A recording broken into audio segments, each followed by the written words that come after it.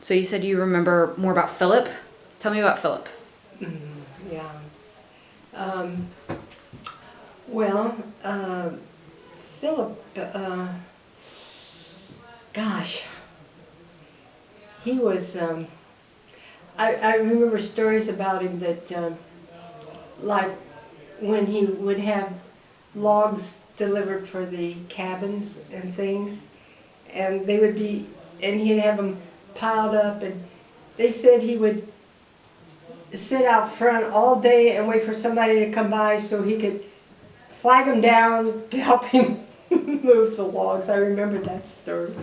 And he was such a gentle person, so laid back, and I know he loved the land and the woods especially.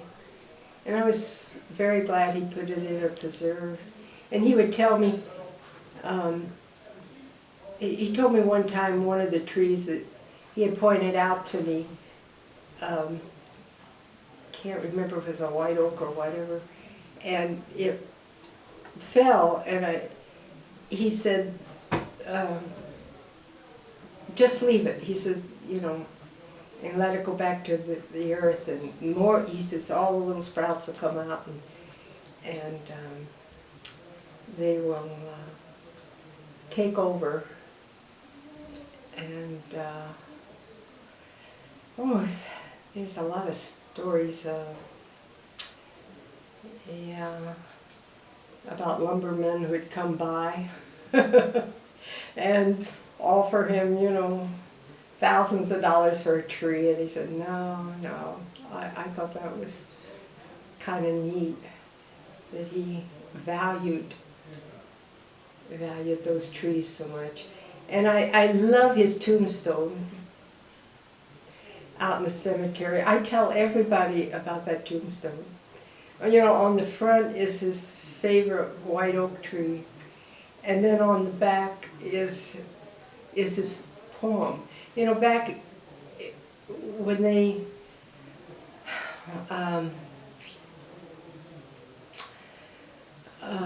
I don't know how much poetry he had, but I know Betty and would say that that's about all they did was learn poetry.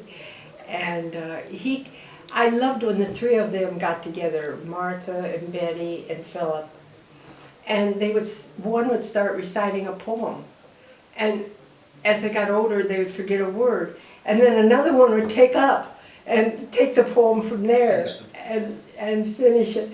And I think that was so neat. And that big tombstone he has with that tree and the poem, it just fits Philip. Yeah. That's why there's poetry at the library. Pardon me? I write poetry because of him at the library. Do you? He recited poems constantly. I know it. Constantly. And I know it. At his funeral, they read The Night Before Christmas because that's his favorite poem. He had by Yes, heart. I remember that. Yeah, Thanatopsis is the poem that's sampled on the back of his tombstone. But like when I opened the library, I did a big I did a stanza of Robert Frost because he loved Robert Frost. He loved. Oh yes, right. I remember. Yeah. Yes. Yeah, I love everything. Philip is my baby, so I love Did he? everything you're saying about Philip. He's my darling, darling Philip. Yeah, and Betty too. I remember she used to recite poetry to me, and Daffodils was her favorite poem. I don't know what Philip's was. He claimed it was a visit from St. Nicholas. Oh, was it? Which is that famous, 'twas the night before Christmas, went all through the house. Yeah. Isn't that neat? Mm-hmm. He said Betty read it to him when he was a child out of the newspaper, and they memorized it, and he... Is that right? And my mother had it memorized by the time she was like 4 years old, because he would say it to her, and yeah, so we all know it. Yeah. I have a friend who writes poetry, and well, after he retired, that's all he does now is write poetry. So I told him the story of Betty and her daffodils and Philip with the poem on the tombstone, and he was just fascinated. And then he wrote a poem about that. You know, I don't remember it though. But how interesting. And when I started the library, somebody came up that I'd never met and gave me a poetry book and said, I wanted to give this to Philip, but I want to give it to you How instead. neat. I never got to give it to Philip, so I have it upstairs. Oh, how neat. I know, that's how much you loved how it, yeah. neat. So you have the free library? Yeah. So I put it. Oh, I've got to see that before. Is it open? Mm-hmm. I got to see it before I leave, yeah. Yeah, go over there. Oh, how wonderful. Sorry, I keep interrupting you. No, you're fine. You're fine. This is the first I've heard of poetry. We haven't really talked about Philip. We know he was pretty instrumental in getting the woods into this trust. Yes. But we're kind of taking it one family member at a time. So we were Yeah. focusing on Brady. But if you know more about Philip, then tell me everything you know about him. Brady, it was, I didn't know him. I saw him, but I didn't know him very long. And I know my mother would have had lots of stories about him. They were close. Because they were so close. Yeah, sure. But, yeah. Brady and Philip lived here. Philip was the last one of the three kids, Martha, Betty, Philip, and this is how close they were. This big house, they both slept in that room, Philip on a trundle bed underneath Brady's bed. Really? As a 20-year-old or something, until he got married to Shirley. Really? He slept on a trundle bed. And so Chris always says when he writes Philip's story, he's going to call it Trundle Bed. How neat. Yeah, so that's how close they were. How Yeah. neat. Yes. Yeah. Yes, I wish. He always said he took the road not taken.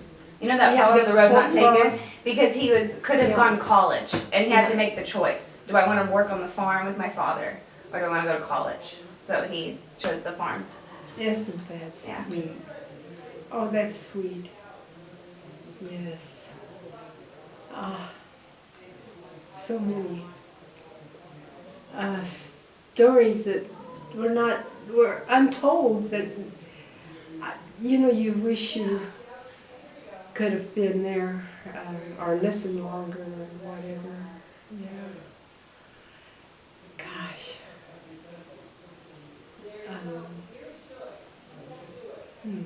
They went to school over at Waldron, Philip and Martha and Betty, didn't they?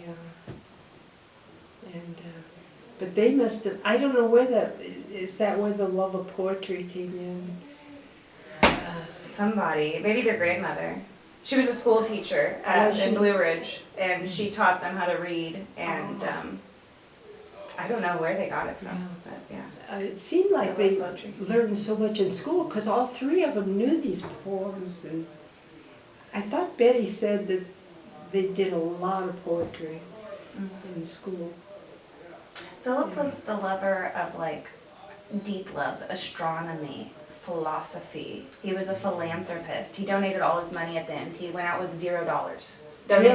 Donated it all to minority causes, Native Americans, NAACP, Cancer Society, the boys, girls clubs, you name it, and the woods, of course. And he just loved physics, loved politics, loved just all deep things. How neat. Yeah. I didn't know that about him. I just knew how he loved the things he loved, he was willing to share too. Oh, and that's kind of an art we've lost, Yeah.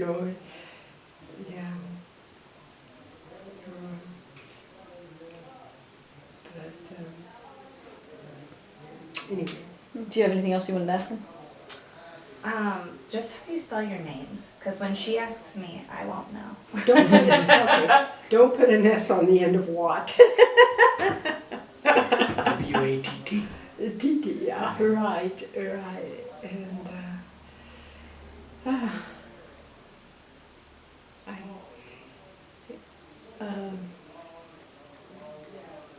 I guess